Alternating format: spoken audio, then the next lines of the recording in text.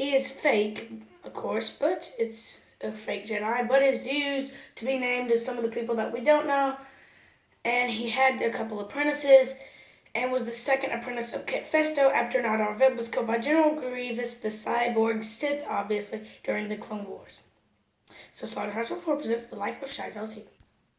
Born on Coruscant, he was eventually sent to Naboo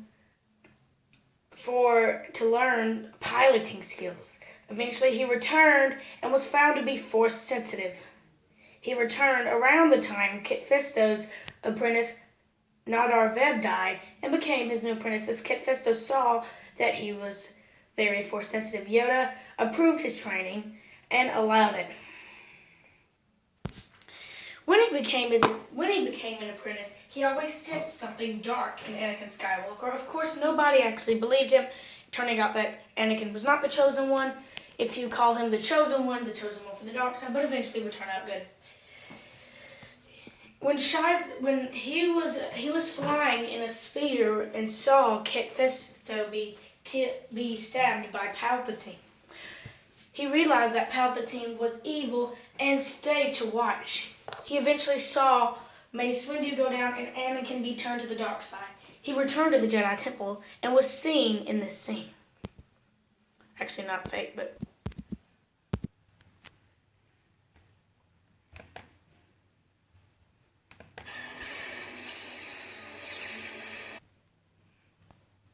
He is seen over here, and he, along with Shah Kun, were the only Jedi to survive the attack of the temple, besides Anakin Skywalker, who, of course, died. He tried to tell Obi-Wan Kenobi the news, but was not able to. He eventually retreated and went back to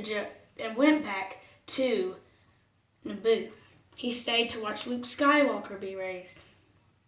Eventually, when the Jawas were destroyed, he ordered Boba Fett to kill Aunt Beru and Uncle Owen, supposedly, but he thought that he should. Didn't tell him to, but sensed in the Force that this is how Luke Skywalker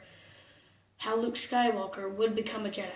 He never told Boba Fett to do it, though, but eventually they were killed, not known if it was Boba Fett or just normal stormtroopers. He knew that this was the only way, sadly, that Luke would ever become who he needed to be. He found a Jawa, besides Maz Kanata. Supposedly he was a Jawa, according to some theories. He found a force-sensitive Jawa named Hext. He gave it the last name Breacher and took it to that weird planet Yoda was staying on. Yoda approved him and wanted him to be his apprentice. Shuy Zalzi disapproved and had to battle Yoda for him.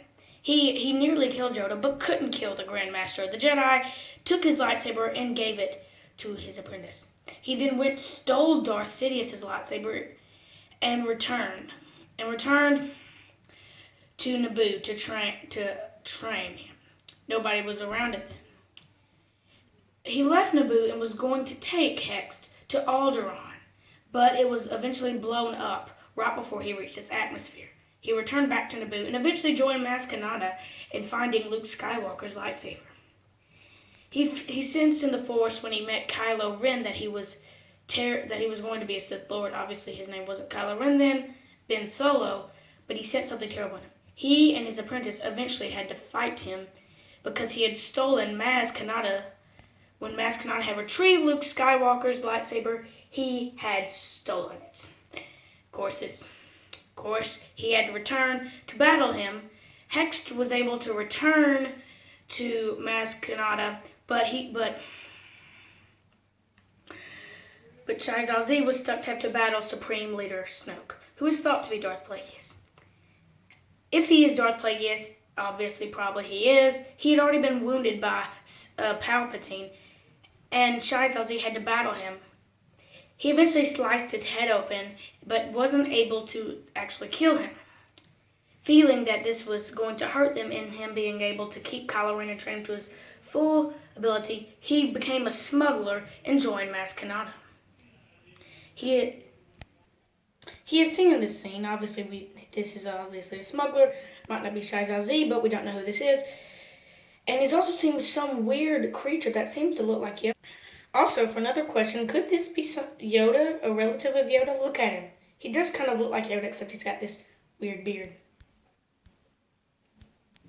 Of course, when Kylo Ren attacked the place trying to find the BB-8 droid, and, of course, the girl, Rey, they blew the place up and lost many people. Shuy escaped with his friend Hex Breacher and returned to Jakku to find another apprentice to lead the resistance. He found one and even had to kill some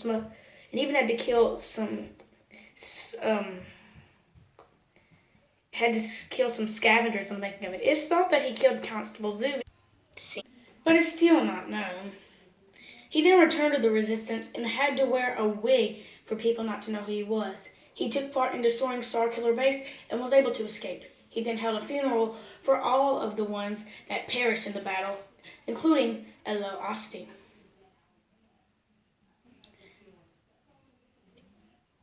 Since episode 7 is the last one and we have not seen the rest of him, it is wondrous what eventually happens to him. It's thought that he died eventually because he was 90 years old, but you never know. As for Slaughterhouse So Forth, thank you for watching. Even though this is a fake character, I thought we'd make a video about this, and we'll see you guys in the next video. If you want a video about Hex Breacher or his other apprentice, Zebio Jakia, then we will make one about him. So thank you guys for watching. I'll see you guys in the next video. Also check out my All Jedi that survived, the last surviving Jedi. Shuy Hex Breacher is mentioned in this. We forgot to mention his other apprentice though.